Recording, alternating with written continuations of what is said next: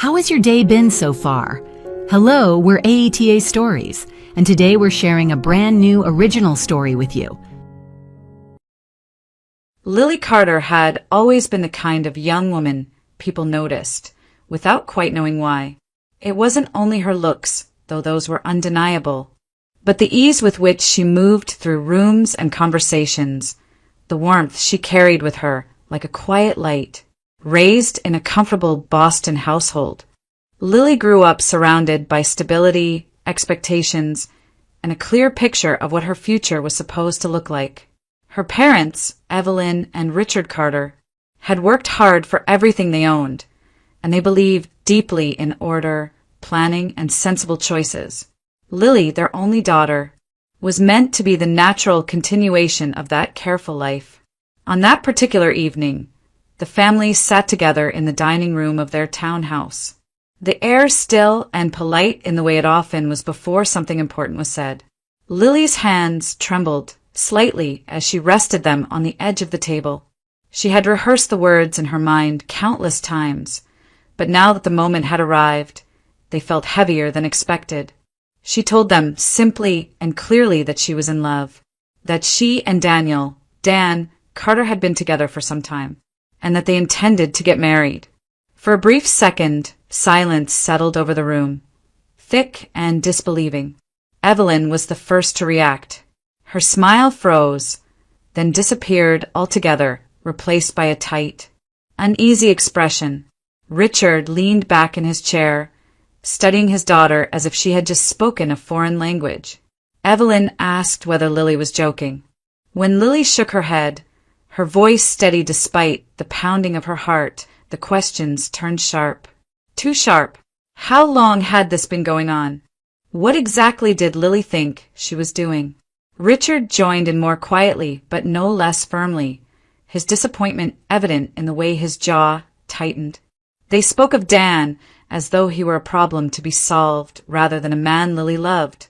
He had no money, they reminded her, no parents, no established family, no safety net, no visible future. Richard asked what Lily truly knew about someone who came from nothing. Evelyn went further, voicing fears about instability, hardship, and regret. Love, she said, was not enough to build a life. At first, Lily tried to explain calmly. Dan was kind. Dan was honest. Dan worked hard and treated her with respect. But every sentence she offered seemed to deepen the divide between them. Her parents heard only risk and loss where she saw devotion and sincerity. Then Richard mentioned Andrew Whitman. He framed it casually at first, as though it were a harmless comparison. Andrew, the son of his business partner, was doing well for himself. Educated, established, dependable. A good family. A reasonable future. Evelyn seized on the idea almost with relief, expanding on it as if the solution had been there all along. Lily and Andrew already knew each other, after all. They moved in the same circles. Why Lily would overlook someone so suitable in favor of a man like Dan made no sense to them. That was when Lily's composure finally broke. She stood up so abruptly that her chair scraped loudly against the floor. Her voice rose, no longer careful or measured. This was not infatuation, she said. Not a passing feeling. She was not confused, naive, or blinded by romance. She loved Dan with a certainty she had never felt before, a certainty that reached far beyond convenience or comfort. She was choosing him for life, not for appearances, not for approval. Evelyn tried to speak again, but Lily could no longer listen. The room felt smaller with every word, the walls closing in with expectations she could not accept. Tears burned behind her eyes, but she refused to let them fall there, under that roof, in front of people who reduced her love to a mistake waiting to happen. She grabbed her coat and stormed out of the house, the door closing behind her with a finality that startled even her. Outside, the cold Boston air hit her face, sharp and grounding. Her hands shook as she pulled out her phone, her heart racing with hurt, anger, and resolve all at once. Lily didn't hesitate. She called Dan and asked him to meet her immediately. Dan arrived quickly, breathless from the cold and from worry, and when Lily saw him standing under the streetlight, she felt the tension in her chest loosen for the first time that night. She didn't explain everything at once. She didn't have to. One look at her face told him enough. Without asking where else she might go, Dan made a decision that felt natural and inevitable. He took her with him. His grandmother's apartment was in an older Boston building, solid and unpretentious, the kind of place that had been standing long before trends came and went. Dan hesitated briefly at the door, not because he doubted the welcome, but because he knew how much this moment would matter. Margaret Carter did not tolerate disorder lightly, especially not the kind that came wrapped in emotion. Margaret was a retired school principal, a woman who had spent her life commanding respect without ever raising her voice. Her posture was straight despite her age, her hair neatly arranged, her eyes sharp and observant. When Dan introduced Lily, Margaret studied her carefully, not with suspicion, but with a calm intensity that made Lily feel as though she were being measured on something far deeper than appearances. They sat at the kitchen table, tea poured, the clock ticking softly on the wall. Dan explained what had happened in careful, respectful sentences. Lily added what she could, her voice steady but quiet. Margaret listened without interruption. She asked a few questions, precise and practical, then fell silent again, considering everything she had heard. Dan had been raised in this apartment. When he was barely old enough to remember anything clearly, his parents had been killed in a car accident, leaving Margaret to raise her grandson alone. She had been younger then, still working, still full of relentless discipline. Dan had grown up under her watchful eye, learning responsibility early, learning that life rarely offered easy paths. When Margaret finally spoke, her tone was calm, almost gentle. She said she would not turn Lily away. No one, she believed, should be left without a place to stand when the ground beneath them gave way. But she also made herself very clear. In her home, a man and a woman did not live together as husband and wife unless they were married. It was not a matter for negotiation or debate. It was simply how she lived and how she expected her household to be run. Lily did not argue. She did not even hesitate. She nodded and said she understood. She would stay in a separate room. It was said so simply that Margaret looked at her again, this time with something like approval flickering in her eyes. The arrangement was set without drama. Lily moved into the small spare bedroom, placing her few belongings carefully as though she were a guest, determined not to impose. Dan showed her where everything was, trying to lighten the moment with quiet jokes that didn't quite land. Beneath his calm exterior, his thoughts were already racing. Life in the apartment settled into an uneasy but peaceful routine. Mornings were quiet. Margaret kept her habits, rising early, reading the newspaper, maintaining order without comment. Lily adjusted quickly, helping where she could, careful not to overstep. There were no raised voices, no confrontations, only a sense of restraint, as though everyone were aware they were balancing on something fragile. Lily threw herself into preparing for graduation, finalizing paperwork, meeting deadlines. In the evenings, she searched for work, sending out applications, determined not to be a burden. She spoke of the future with cautious hope, imagining a life built slowly but honestly. Dan watched her and felt pride mixed with a growing knot of fear. He loved her more each day, yet the weight of his situation pressed harder on his chest. He had no savings, no ring, no clear plan. Living under his grandmother's roof with the woman he intended to marry only sharpened his sense of responsibility. Every quiet dinner, every careful boundary, reminded him of what he could not yet provide. Outwardly, things were calm. Inwardly, Dan's anxiety was beginning to take shape, silently preparing him for a choice that would soon change everything. Dan's unease grew quietly, day by day, until it became impossible to ignore.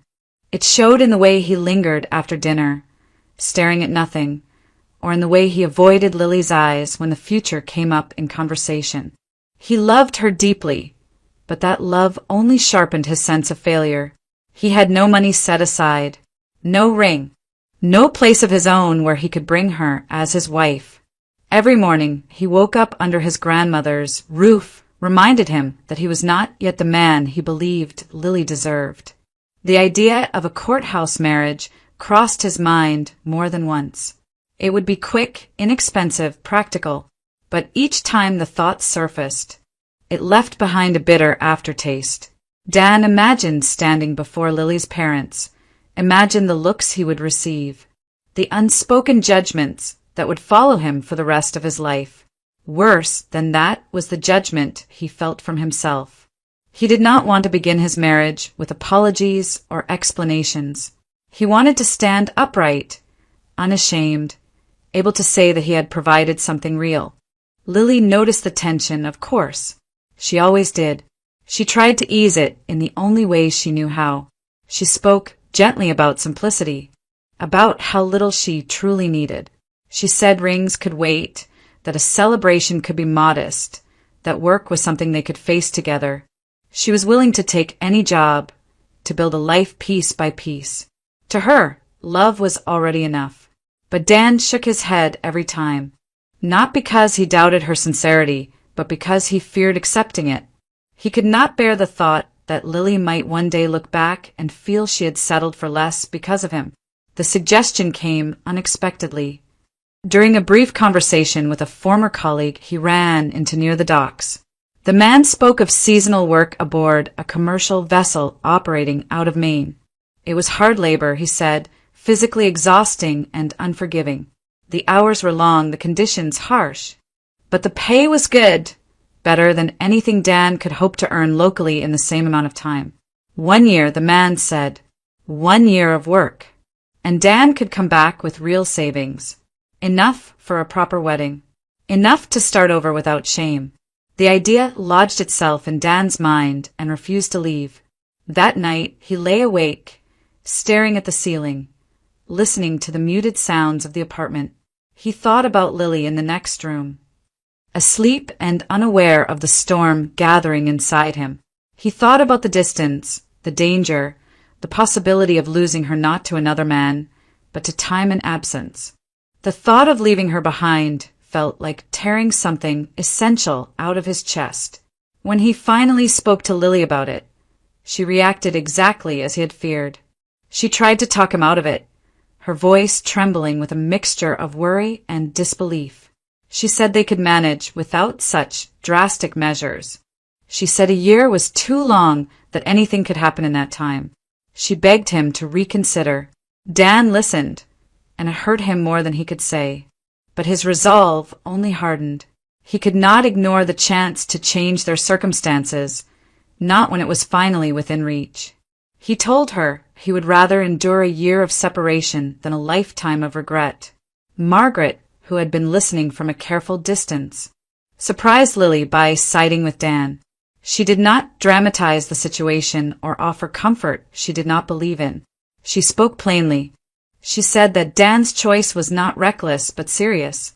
Painful, yes, but rooted in responsibility. She understood what it meant for a man to feel the weight of providing for those he loved.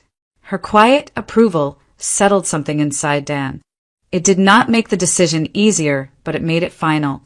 In the days that followed, Dan began making inquiries, gathering information, preparing himself for what lay ahead. Each step forward felt heavy, but also strangely clarifying. There was no turning back now. He would go to sea, not because he wanted to leave, but because he believed that was the only way he could return worthy of the life he hoped to build.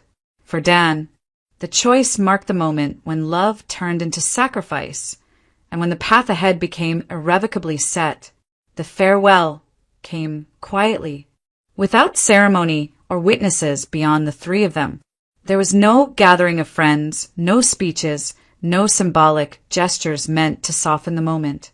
Dan packed a single bag, careful not to linger over his things, as though moving too slowly might weaken his resolve. Lily watched from the doorway, her hands clasped together so tightly that her fingers ached, determined not to give in to tears while he was still there. They spoke little. Everything important had already been said, argued, and accepted.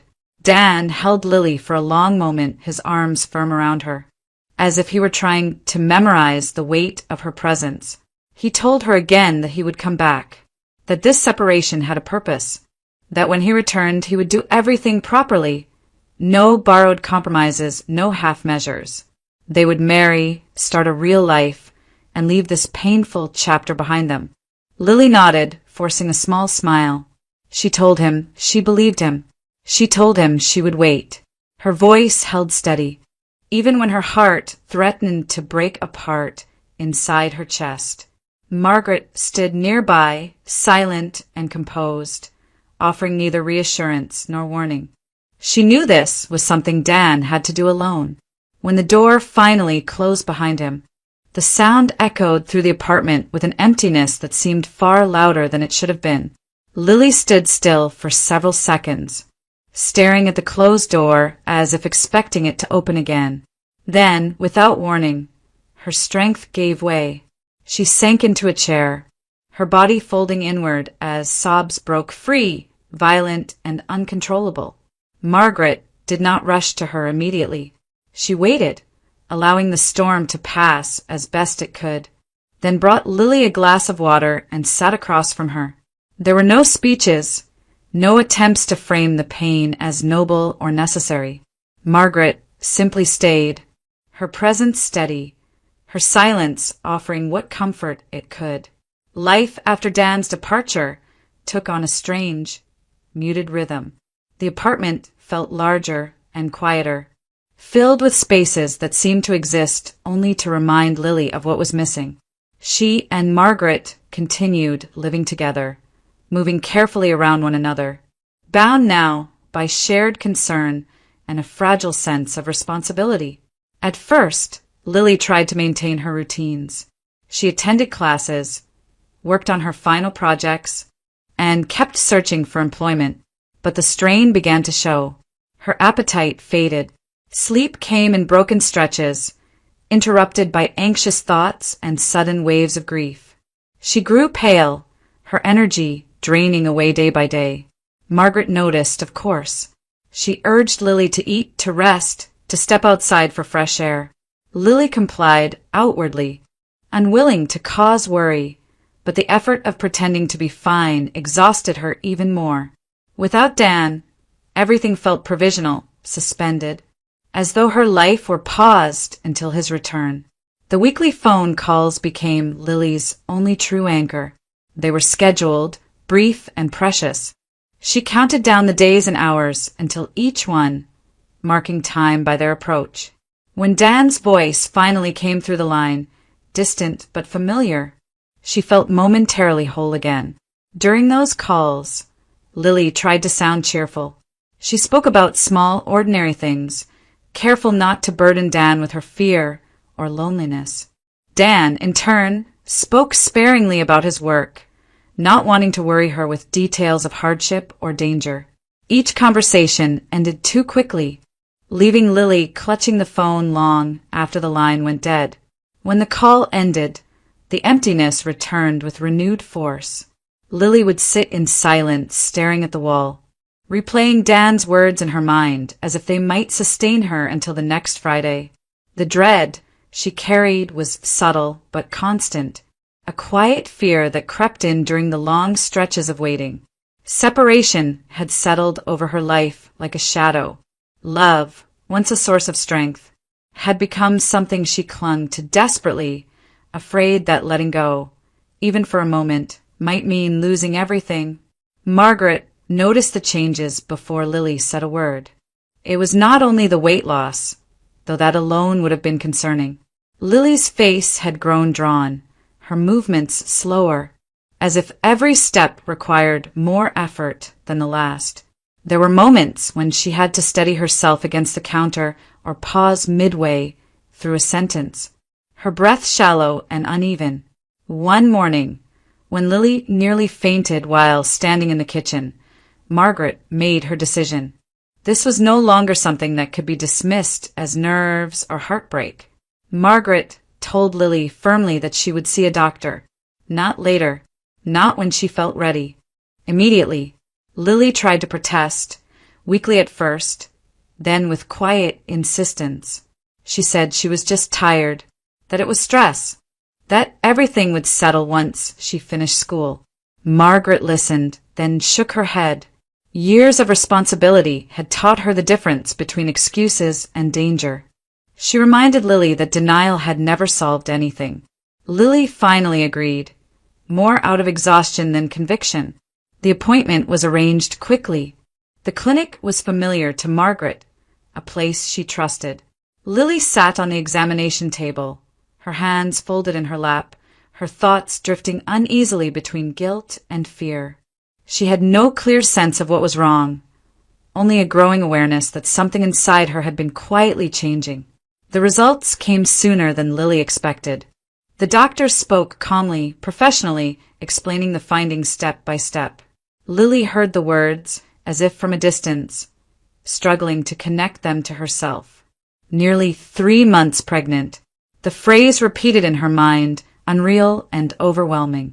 For a moment, the room seemed to tilt, and she gripped the edge of the table to steady herself. Shock came first, sharp and disorienting. Then fear followed, close behind. Fear of what this meant, of what lay ahead, of what Dan would think. And beneath it all, fragile and trembling, was joy. A life. His life. Something of Dan that had been growing inside her all this time. Unseen and unacknowledged. Margaret absorbed the news in silence. When she finally spoke, her voice was measured, but her eyes softened. She asked practical questions, took notes, scheduled follow-up visits. Only later, when they were alone again, did she allow herself a moment to sit down and breathe. This changed everything. Lily barely slept that night.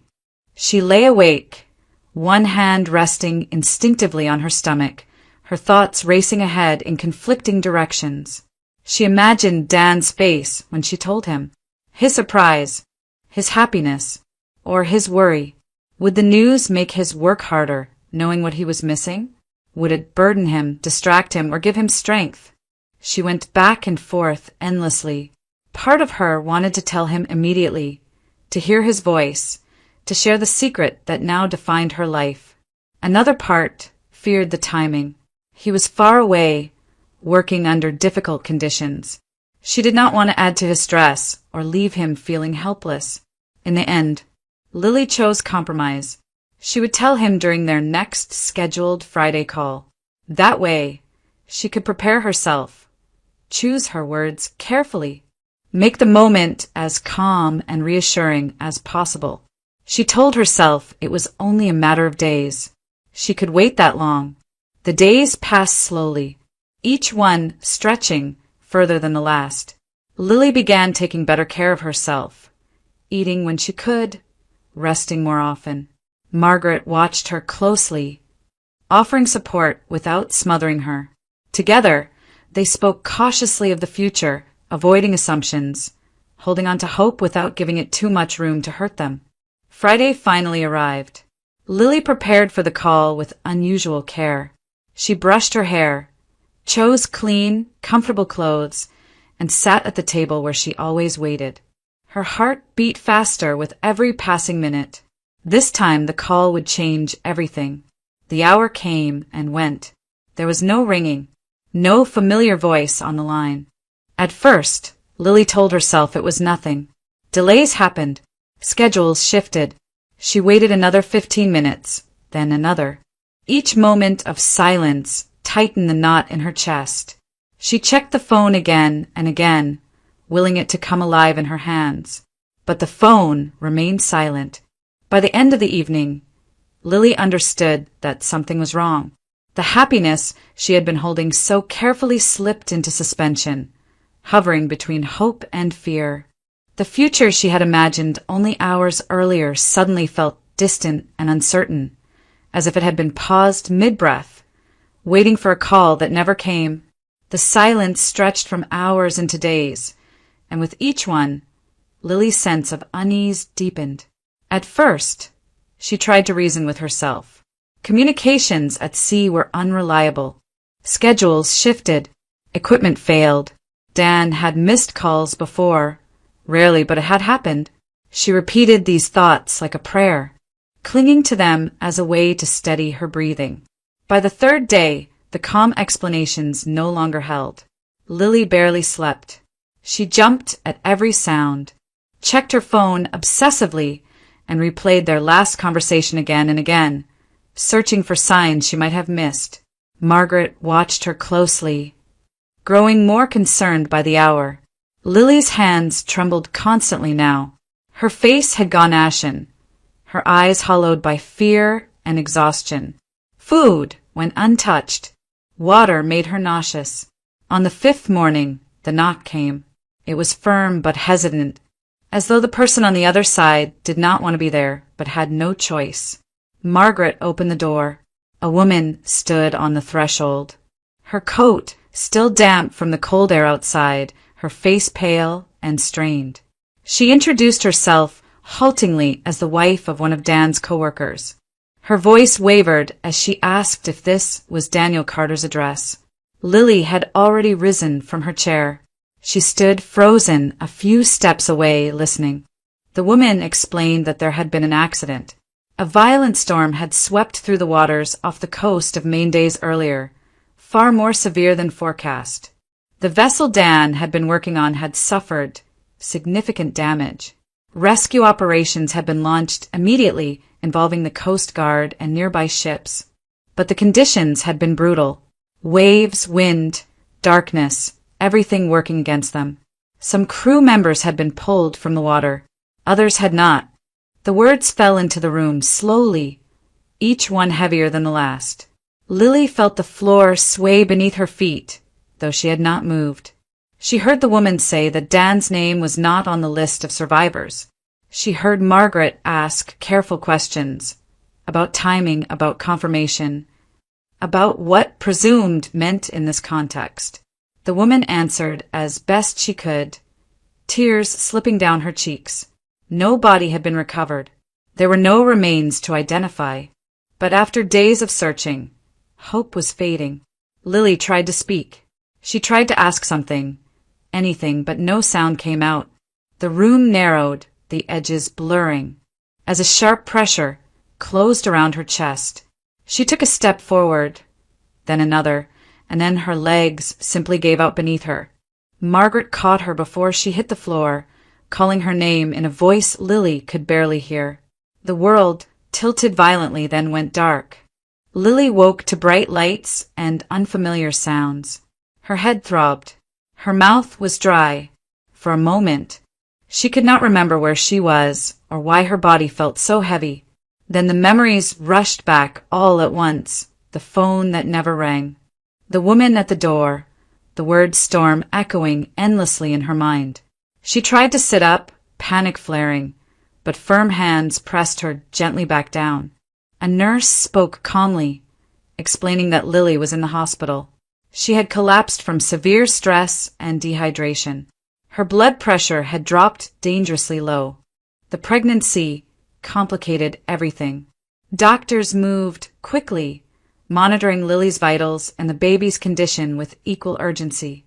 For fluids were started. Tests were run. The atmosphere in the room was controlled, but tense, the kind of focus reserved for situations that could still tip in either direction. Margaret stood nearby, her face composed but drawn tight with worry. She spoke with the doctors, asked questions, absorbed information without comment. Only when she was alone for a brief moment did she allow herself to sit down, her hands shaking slightly as the reality of what might have been lost pressed in. For Lily, time dissolved into fragments, voices drifting in and out, the rhythmic beeping of machines, the pressure of someone checking her pulse. At one point, she reached for her stomach instinctively, a surge of terror cutting through the fog. A doctor reassured her quietly that the baby was still alive, but that both of them were at risk if her condition did not stabilize. They fought through the night. By morning, Lily's condition had improved enough that the immediate danger had passed, though she remained under close observation. Physically, she was still weak. Emotionally, she felt hollowed out, as if something essential had been torn from her without warning or explanation. Dan was gone, or lost somewhere between life and death, suspended in a space where no answers existed. There was no goodbye, no confirmation, only absence. As Lily stared at the ceiling, tears sliding silently into her hair, the future she had been holding so carefully finally shattered. What remained was not certainty or grief, but a terrible, unanswered question, and the unbearable weight of loving someone who had vanished without leaving even a body behind. Lily survived.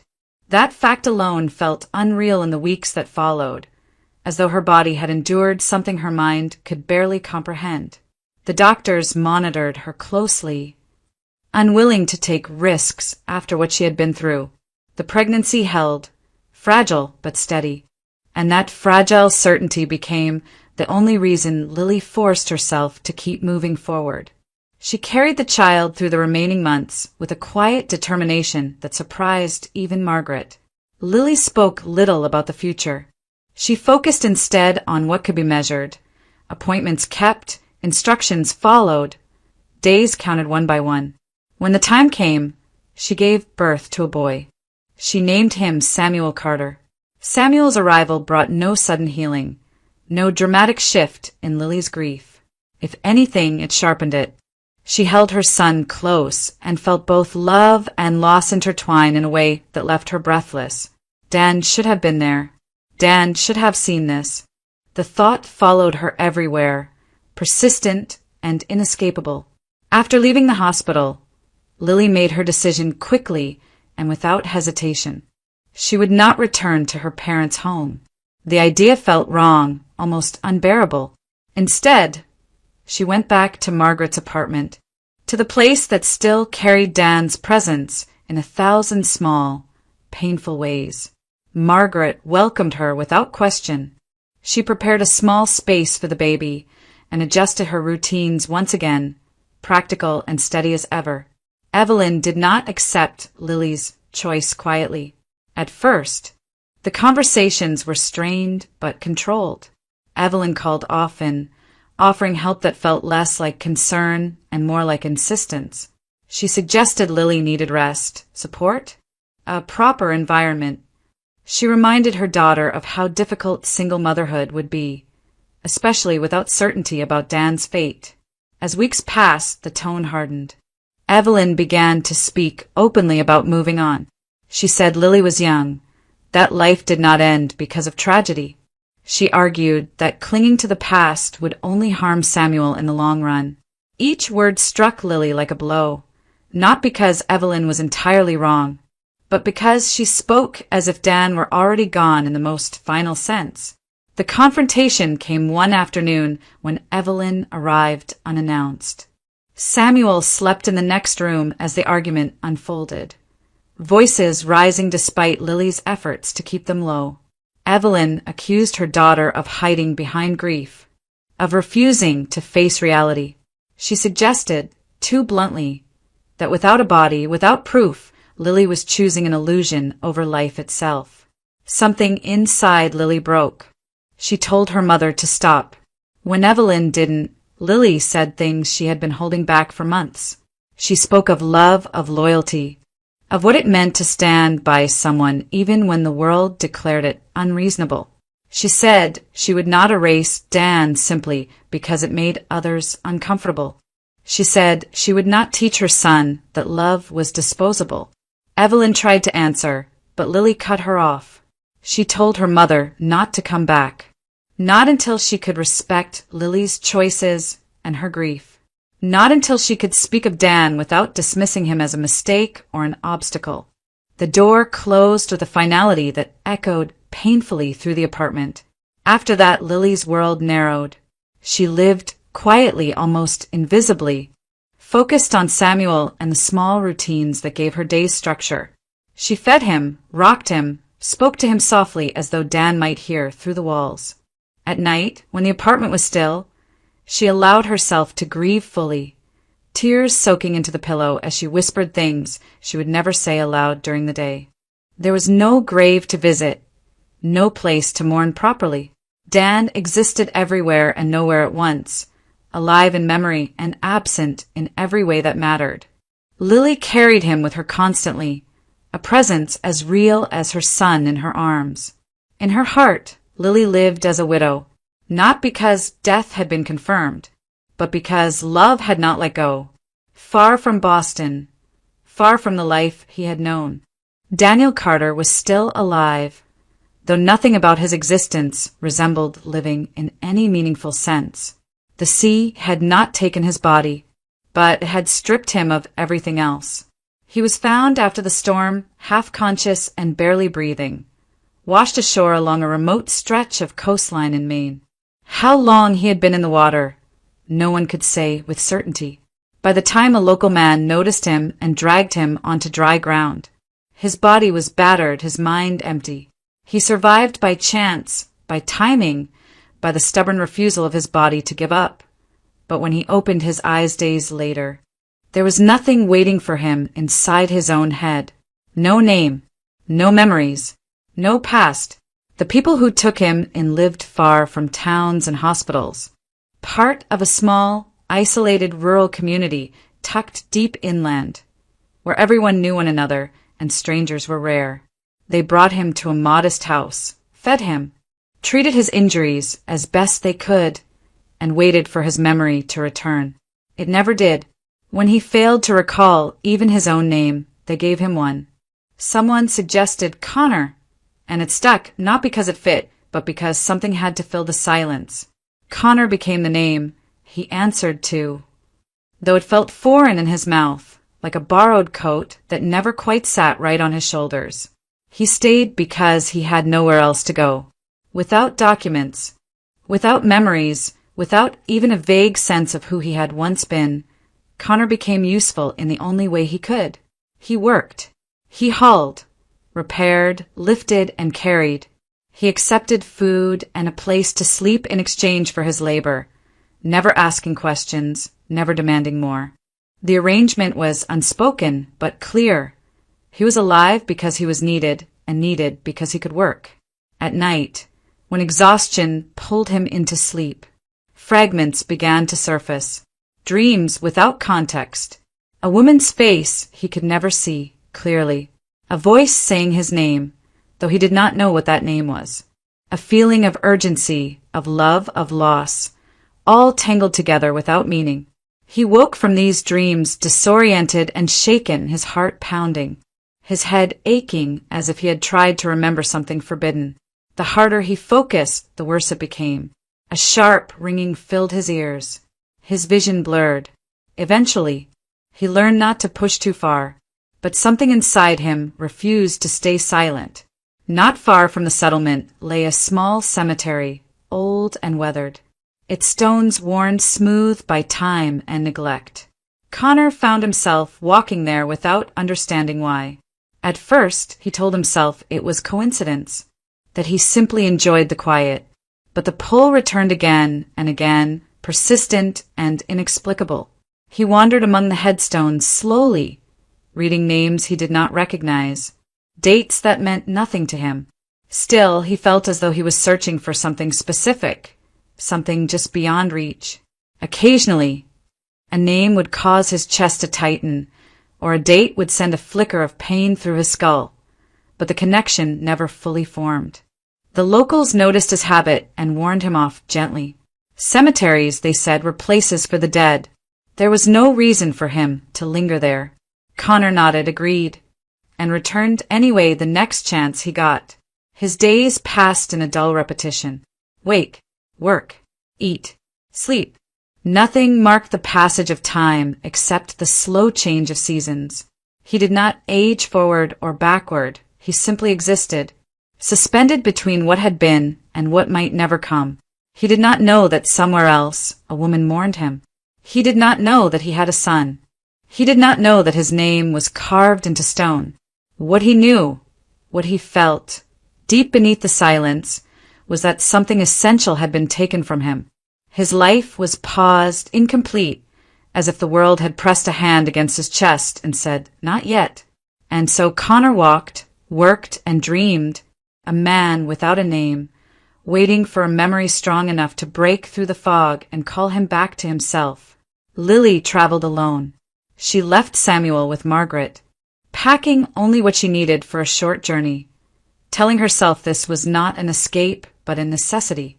For nearly a year, her grief had circled the same unanswered question. Now it pulled her north, toward the place where Dan had last been seen alive or lost. The coastal town was small and quiet, shaped by the sea and by loss. The harbor smelled of salt and cold wind. Fishing boats moved slowly in the distance, their outlines blurred by mist. Nothing about the place felt dramatic. If anything, it was ordinary in a way that made Lily's chest ache. This was where lives continued, even after tragedy. She found the memorial on the edge of an old cemetery overlooking the water. It was a simple stone, weathered but carefully maintained, with names carved into its surface in neat lines. Men who had gone out to sea and never come back. Lily stood still for a long moment before stepping closer. Bracing herself, she found his name, Daniel Carter. The letters were clean and permanent, as though they had always been there. Lily reached out, her fingers hovering just above the stone, unable to touch it at first. Her breathing grew uneven. This was the only place in the world where she was allowed to grieve him openly, where her love did not need justification. Believing she was alone, Lily lowered herself to the ground beside the memorial. The cold seeped through her coat, but she didn't move. She pressed her palm flat against the stone and finally allowed herself to speak. She told Dan she had come because she could not live with the silence anymore. She told him about Samuel, about his dark hair, about the way he frowned when he slept, about the sound of his laugh when Margaret bounced him on her knee. She told him their son was strong, that he was healthy, that he looked like him. Her voice broke when she said Dan's name again. She said she had waited, that she was still waiting, that even now, part of her believed he was somewhere out there, lost but alive, just as she was lost without him. She asked him what she was supposed to do next, how to live a life that felt unfinished in every direction. She did not see the man standing several yards away, partially hidden by a stand of bare trees. He had come to the cemetery, as he often did, drawn there by the same unexplainable pull. He had intended only to pass through, to read names he did not understand and leave before the familiar pressure built in his head. But then he heard her voice. The sound struck him like a blow. It was not the words at first, but the tone, intimate, broken, unmistakably familiar. His chest tightened sharply and the world tilted. The air seemed to rush out of his lungs as memories surged forward without warning. A face, a laugh, a warmth he had carried for years without knowing why. His head throbbed violently, pain blooming behind his eyes as images forced themselves into place. A life, a home, a promise, the name on the stone, Daniel Carter. He took a step forward before he realized he was moving. His legs felt unsteady, his heart racing as if it might tear itself apart. Lily was still speaking, her back to him, her words dissolving into quiet sobs. He heard her say his name again, Lily. The word tore itself from his throat before he could stop it. Lily froze. For a split second, her mind rejected the sound entirely. Then she turned slowly, as if afraid that moving too fast might shatter whatever illusion her grief had created. Her eyes found him standing there, pale and shaking, staring at her as though he were seeing the world for the first time. The ground seemed to vanish beneath her feet. She tried to stand, failed, and collapsed back onto the cold earth. He reached her in 2 unsteady steps, dropping to his knees beside her. His hands hovered, unsure, afraid to touch her in case she disappeared. Recognition hit them both at once. Lily reached for him, her fingers gripping his jacket with desperate strength, as though anchoring him to reality. He wrapped his arms around her instinctively, holding her as memories slammed fully into place. The storm, the water, the lost year, and now her. "I remember," he said hoarsely, his voice breaking. "Lily, I remember everything." She sobbed into his chest, her body shaking as if the grief she had carried for so long were finally being released. Around them, the cemetery remained still and indifferent, the sea continuing its endless motion beyond the hill. Dan knew who he was. He knew who she was. And in that moment, the life that had been suspended between loss and silence came crashing back into being. The return to Boston felt unreal, as though Lily and Dan were moving through a world that had not yet caught up with what had happened to them. They traveled quietly, side by side, Lily's hand never leaving Dan's, as if she feared that letting go, even for a moment, might undo everything. Dan looked out the window as the city came into view, seeing familiar streets with the eyes of someone who had been absent from his own life for far too long. Margaret was waiting. When the door opened and she saw him standing there, thinner, changed, but unmistakably her grandson, she did not speak at first. She simply stared, her composure finally breaking as tears filled her eyes. Dan stepped forward, and she reached for him with a strength that surprised them both, holding him as if to make certain he was real. Years of discipline and restraint dissolved in that embrace. For a long moment, there were no words, only relief. The meeting with Samuel came next. Dan approached the crib slowly, almost fearfully, as though he were stepping into something sacred. The baby looked up at him with calm curiosity, unaware of the weight of the moment. Lily watched as Dan knelt beside the crib, his breath catching when Samuel's small fingers wrapped instinctively around his own. Dan's shoulders shook as he bent his head, overcome by a love he had been denied for nearly a year. "I'm here," he whispered, more promise than statement. The practical matters followed, unavoidable but necessary. Dan was legally restored to the world that had declared him lost. Records were corrected. His identity was confirmed. What had once been considered a closed chapter was reopened with quiet efficiency. Each signature and document felt surreal, a reminder of how easily a life could be erased and returned. Lily's parents came reluctantly at first, unsure of what they would find. When they saw Dan alive, standing before them, there was no room left for denial. The truth dismantled their assumptions in an instant. The man they had dismissed as unworthy had survived, endured, and come back, not diminished, but proven. There were apologies, awkward, imperfect, but sincere enough to matter. Lily listened without triumph or resentment. What mattered now was not vindication, but clarity.